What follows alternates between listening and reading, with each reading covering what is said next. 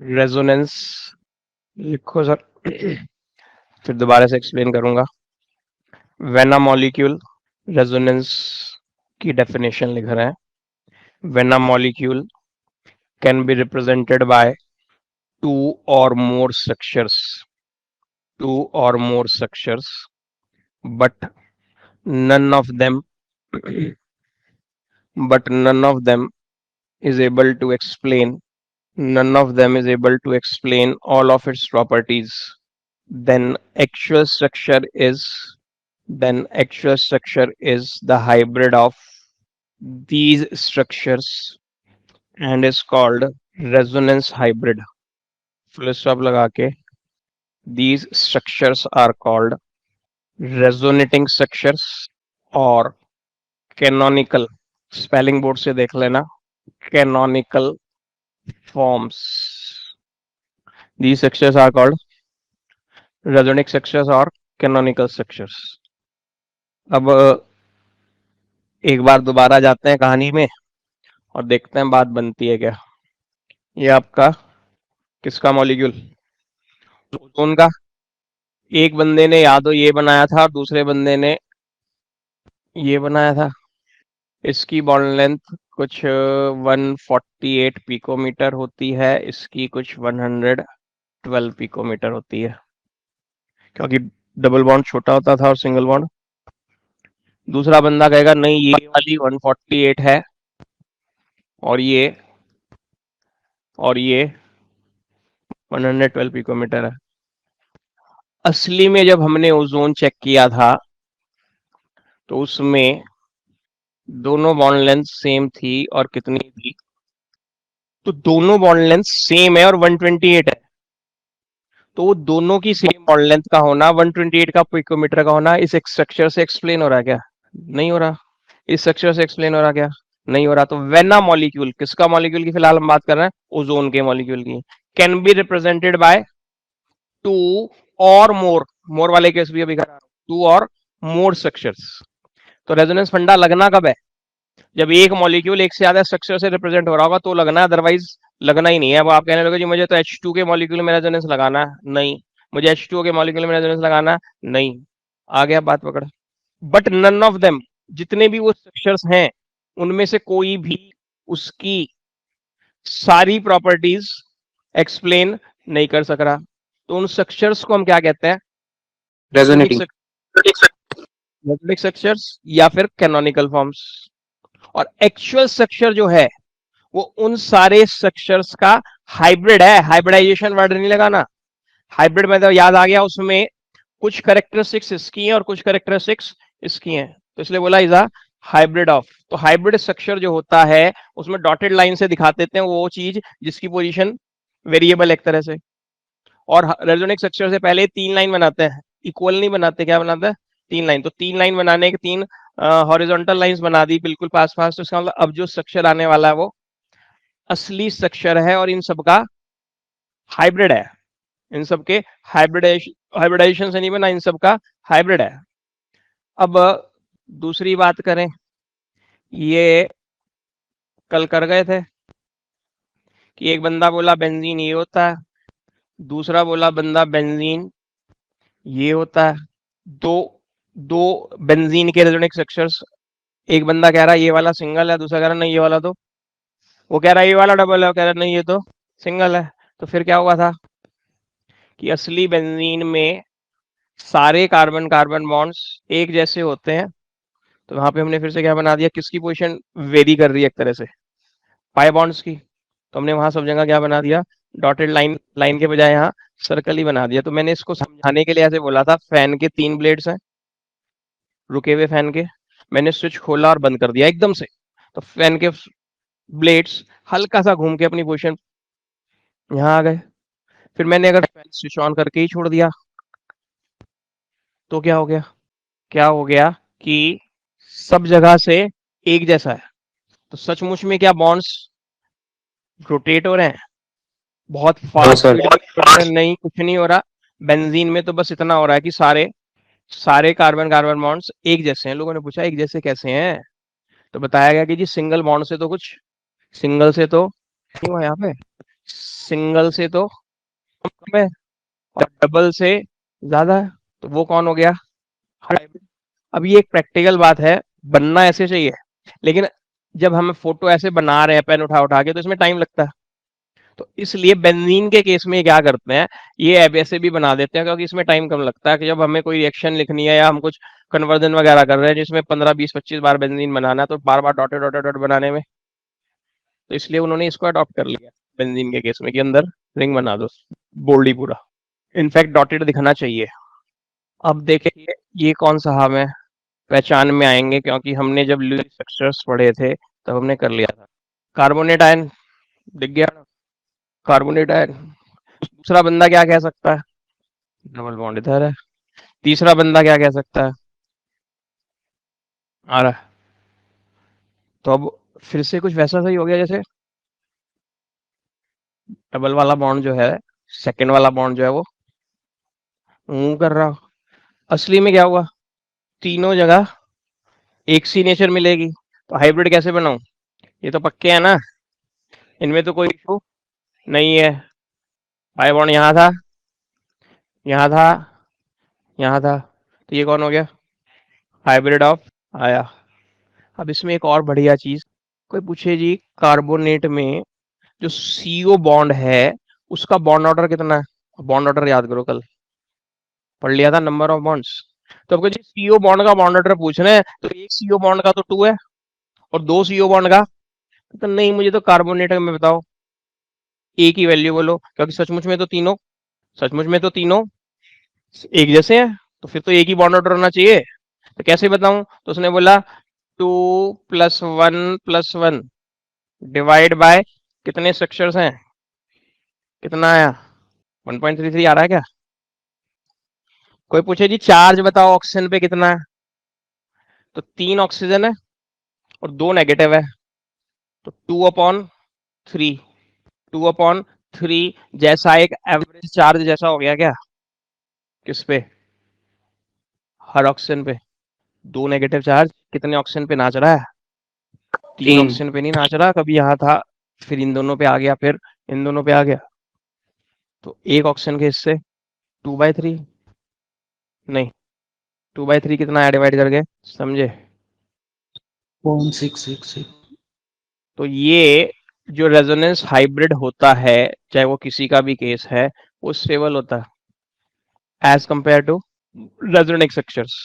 ये बात क्या है, मेरे कोर्स की अगर मैं बात करूं, मैं अगर अपने 11th के एनसीईआरटी की बात करूं, तो काम इतना ही है, बस खत्म। अब मैं जो बात बोलने जा रहा हूँ वो एंट्रेंस एग्जाम के लिए, हायर लेवल के लिए, इतना कॉपी हो गया तो मैं बोलना शुरू करूं।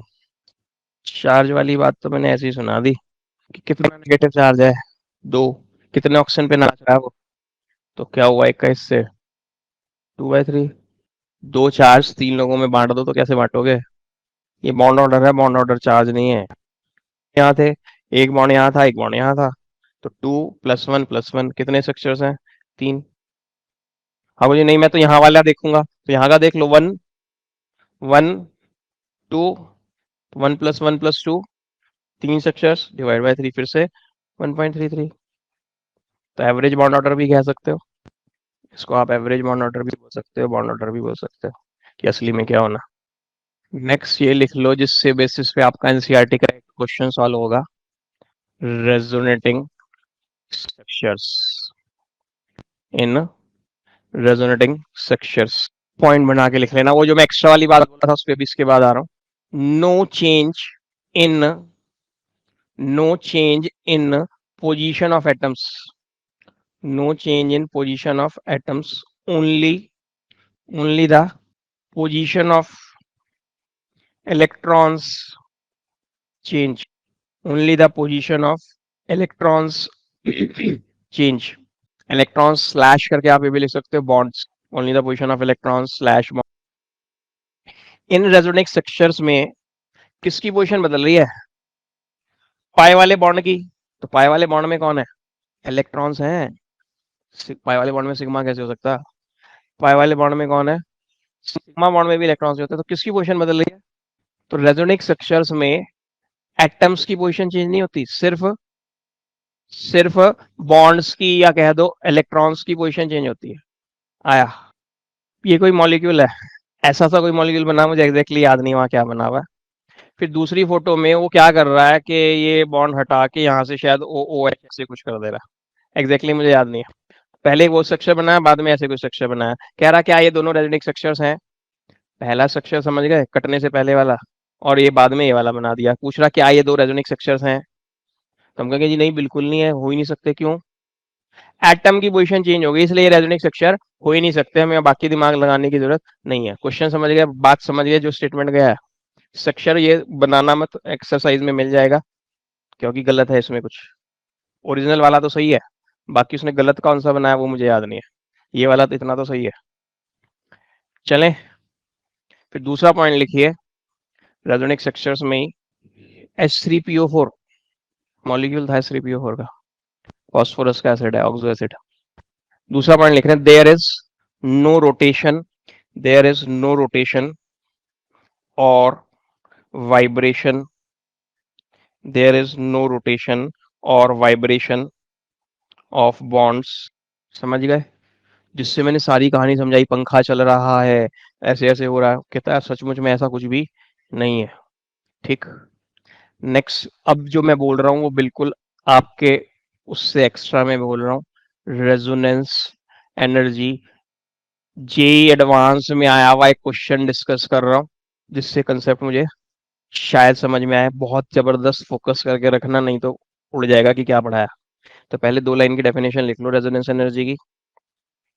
Difference between the energy of difference between the energy of resonance hybrid, difference between the energy of resonance hybrid and and most stable and most stable resonating structure। कहानी बना रहा हूँ जेई एडवांस के कुछ हिंदी में। ये बेंजीन है, अमोल जी को कॉन्ट्रैक्ट दिया गया कि बेंजीन के मॉलिक्यूल को तोड़ दो। तो बेंजीन के मॉलिक्यूल तोड़ दो तो क्या मिलेंगे? C6H6 तो बेंजीन होता, तोड़ के C6H6 कैसे मिलेंगे? बॉन्ड तोड़ के क्या मिलेगा? पूरा तोड़ दो जी, क्या मिलेंगे? 6 कार्बन। समझ आ गया? तो अब अमूल जी इंटेलिजेंट आदमी, उन्होंने बुक खोली एक, कॉन्ट्रैक्ट लेने जाने से पहले घर में गूगल खोला, पता लगाया CH बॉन्ड की बॉन्ड एनर्जी कितनी होती है। क्योंकि इन्हें क्या तोड़ने पड़ेंगे? 6 CH बॉन्ड तोड़ने पड़ेंगे या नहीं? तो बॉन्ड तोड़ने में जो एनर्जी खर्च होगी उसका क्या नाम था? Bond enthalpy. तो किसी बुक में इन्हें डाटा मिल गया, bond enthalpy of CH bond. ये वैल्यूज मैं सारी गलत बोल रहा हूँ, झूठ बोल रहा हूँ, गलत है वैल्यूज। कभी लिखो जो हमें तो इतनी बॉन्ड एंथैल्पी पढ़ाई थी, मुझे याद नहीं है, मुझे याद करनी नहीं है, वो वैल्यू देगा क्वेश्चन वाला। मैं समझाने के लिए बस बोल देता हूँ, मान लीजिए 100 किलो जूल पर मोल होती है। तो ये क्या कैलकुलेशन लगा रहे कि 600 joule energy, kilo joule energy तो 1 मोल बेंजीन के CH बॉन्ड तोड़ने में खर्च होगी मेरी। फिर bond enthalpy of CC bond इन्होंने पता लगाई, वो मान लेते हैं 200 किलो जूल पर मोल है। और फिर C डबल बॉन्ड C की पता लगाई, वो मान लीजिए 300 किलो जूल पर मोल है। कैलकुलेशन जल्दी जल्दी आपका दिमाग कर ले, इसलिए मैंने आसान सी वैल्यूज ली। तो जब 1 मोल बेंजीन मॉलिक्यूल्स को मोल साहब तोड़ेंगे, इनके घर से एनर्जी लगेगी या नहीं तोड़ने में? और जितनी एनर्जी लगेगी उससे ज्यादा डिमांड करेंगे ना जिससे ऑर्डर लेंगे, तभी तो प्रॉफिट होगा, क्योंकि इनका ये बिजनेस है डिकम्पोज करके कंपाउंड को तोड़ के देने का। तो अब इन्होंने कैलकुलेशन क्या मारी, कितनी एनर्जी चाहिए? इसको इंटू 6 कर दूं, क्योंकि कितने बॉन्ड, इसको इंटू 3, क्योंकि C सिंगल बॉन्ड C कितने हैं? 3 ही तो है। 3। और इसे इंटू कितना आ रहा है सब कर कर आके, बहादुर लोगों? 20। 600, 1200 और 900, 2100, 2100 किलो जूल्स। करेक्ट। तब ये कह रही है कैलकुलेशन करके घर से चले ऑर्डर लेने के लिए कि 2100 जूल तो मेरा खर्च हो जाएगा। अब 2100 किलो जूल से ऊपर का अगर मुझे ऑर्डर मिलता होगा तो मैं ले लूंगा ऑर्डर, फायदा हो जाएगा उतना जितना ऊपर मिल जाता। तो वहां पे बहुत सारे और भी पहुंचे हुए थे, बिड बिड ये वो सब हुआ, तो सबसे सस्ती बोली ये लगाई है कि मैं 2200 किलो जूल पर मोल में तोड़ दूंगा। इन्हें ऑर्डर मिल गया क्योंकि इनका सबसे सस्ता था। इन्होंने क्या सोचा, कितनी कमाई कर लूंगा, 100 किलो जूल तो कमाई लूंगा, ज्यादा तो नहीं है चलो, लेकिन ठीक है, खाली बैठने से अच्छा। अब ये अपना आ गए ऑर्डर लेके। अब इन्होंने 1 मोल बेंजीन इन्हें मिले होंगे कि भाई इन्हें तोड़ना है आपने। अब ये जब उसे तोड़े तो तोड़ने में खर्चा हो गया इनका 2400 किलो जूल। असली में जब बेंजीन तोड़ने बैठे तो खर्चा कितना हो गया, 2400 किलो जूल। तो ये क्या हो गया, सारी कैलकुलेशन घर से कितना लगा बैठे, 300 किलो जूल। कहाँ तो सोच रहे थे 100 किलो जूल कमाएंगे, और कहाँ 300 घर से देने पड़ गए। अब आप बताओ क्यों देने पड़ गए। वो तो थोड़ी सी किस्सा हुआ ना। बोला था ना जो रेजोनेंस हाइब्रिड होता है वो कुछ ज्यादा स्टेबल होता है। हमने पूछा ज्यादा स्टेबल कैसे हो गया, तो उसने बोला मैं रेजोनेंस फिनोमेना कर रहा हूं ना, तो रेजोनेंस फिनोमेना करने के वक्त, करने के नाम पे मैं कुछ एनर्जी और छोड़ देता हूँ। हमने पूछा कितनी छोड़ी थी, तो कहते जितनी छोड़ी थी उसी का नाम तो, क्योंकि वो एनर्जी मैंने किस नाम से छोड़ी, कि मैं रेजोनेंस फिनोमेना कर रहा हूँ, इसलिए मैं इतनी एनर्जी और छोड़ देता हूँ। कितनी छोड़ी होगी, जवाब बोर्ड पे लिखा है 300 किलो जूल, क्योंकि law of conservation of energy तो है ना। यानी जब वो बेंजीन बना तो उसने कितनी लगी थी मेरी, मेरी नहीं, अमोल साहब की 2400 किलो जूल लगी है ना ये सचमुच में तोड़ने में। तो जब बेंजीन बना होगा तो उसने 2400 किलो जूल छोड़ी होगी। तो अब हमने उसे तोड़ा तो वापस उसे 2400 ही चाहिए, law of conservation of energy है नहीं। तो 2400 चाहिए, हमारे हिसाब से कितनी चाहिए, अमोल जी के हिसाब से कितनी चाहिए, 2100 से 2200 को तो हटा देता हूँ यहाँ से, नहीं तो टेंशन करता रहेगा कौन था ये। तो समझ गए सब क्या था, बिड प्राइस था जिसपे इन्होंने ऑर्डर अपने जेब में डाल लिया था, इसे भूल जाते हैं।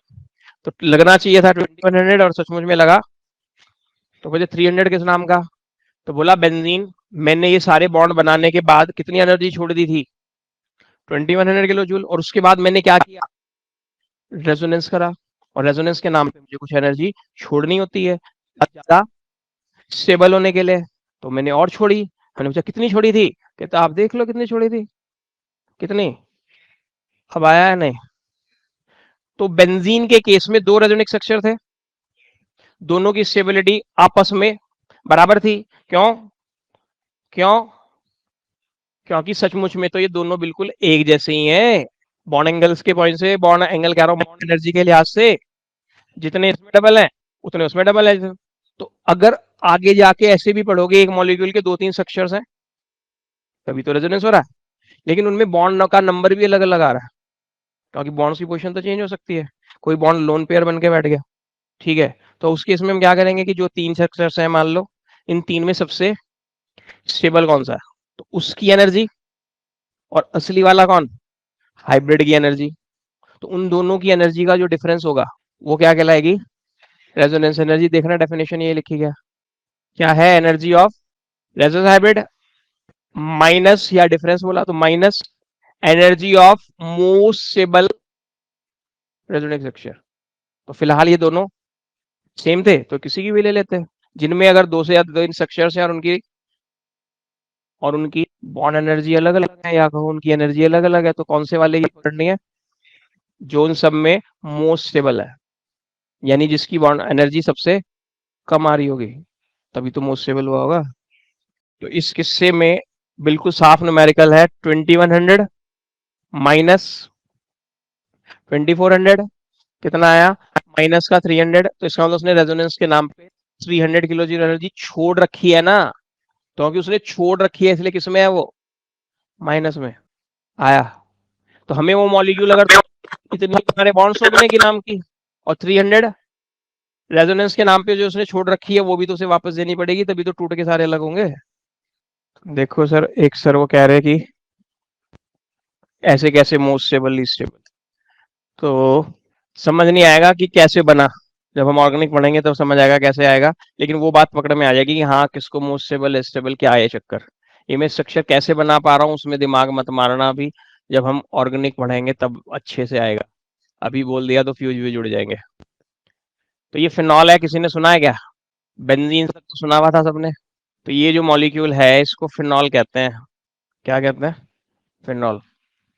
ऐसे ही कहीं लिख लो अलग से, पहचानना ही पड़ता, नाम याद नहीं पड़ता। इसमें भी यहाँ दिमाग मत लगाना कि ये कैसे बना दिया आपने, वो मैंने बोला जब हम ऑर्गेनिक पढ़ेंगे इसी साल की तब आएगा। इसके 5 रेजोनिक स्ट्रक्चर है, अभी मैं आगे और नहीं बना रहा। तो ये 2 स्ट्रक्चर्स इसी के हैं। कौन नाचा कूदा, कौन नाचा कूदा, लोन पेयर, यहां आके क्या बन गया है, बॉन्ड। और ये पाई बॉन्ड यहां आके क्या बन गया, लोन पेयर। नहीं बन गया। तो कौन नाचे कूदे, सिग्मा बॉन्ड नहीं नाचे कूदे सही मायने में। और कौन नाचे, एटम्स नाचे, नहीं बस कौन नाचे। तो मैंने वहां लिखाया electrons. Position of atoms change नहीं होती, इलेक्ट्रॉन स्लैश लगा के बोल रहा दिया, बॉन्ड चेंज होते हैं। आ गया। तो अब ये मैं आपसे बोलूं रोक के कि भाई ये 2 रेजोनेटिक स्ट्रक्चर्स हैं फिनॉल के। अगर मुझे रेजोनेंस एनर्जी वाला फंडा निकालना है तो इनमें से मैं किसकी एनर्जी पकड़ूं। तो हमने बोला मोर स्टेबल वाले की पकड़नी है, किसकी पकड़ूं। तो इनमें ये वाला मोर स्टेबल है और ये वाला लेस स्टेबल है। तो उसके लिए कुछ पॉइंट्स हैं, वो मैं अभी ढूंढ रहा था, मेरे को याद नहीं आ रहे। मेरे को ध्यान रखना, मैं लिखा दूंगा एक बढ़िया सी फॉरेन ऑथर की बुक में, मुझे बहुत आसान भाषा में छोटे से 3 पॉइंट लिखे मिले थे, जिससे हम ये जज कर सकते हैं कि जितने रेजोनेटिक स्ट्रक्चर्स हैं किसी के, उनमें से सबसे ज्यादा स्टेबल कौन है। क्योंकि ऐसे क्वेश्चन में आता है एंट्रेंस में कि इन तीनों को स्टेबिलिटी के सीक्वेंस में लगा दो, तो ये सबसे कम होगा जी, उससे ज्यादा होगा, ये उससे ज्यादा होगा। तो 3 या 4 पॉइंट्स हैं बढ़िया, बहुत ही बढ़िया, उससे हम जज कर लेते हैं 1 मिनट में। तो उन्हीं में से एक पॉइंट ये भी है जो मैं बोल रहा हूँ, ये सब न्यूट्रल है माल मसाला। Overall molecule no doubt neutral ही होगा, क्योंकि अंदर एक प्लस है और, लेकिन चार्जेस तो हैं। तो जो बिल्कुल न्यूट्रल होता है अमंग रेजोनेटिक स्ट्रक्चर्स, ऑक्टेट ऑक्टेट सबके पूरे होते हैं, ऑक्टेट ड्यूप्लेट, तो उसकी स्टेबिलिटी ज्यादा होती है। तो अगर मुझे फिनॉल के केस में रेजोनेंस एनर्जी निकालनी होगी तो मैं हाइब्रिड वाले की एनर्जी और इन दोनों में से इस वाले की एनर्जी सेपरेट करूंगा। आया, कहना चाह रहा हूँ या नहीं आया अभी।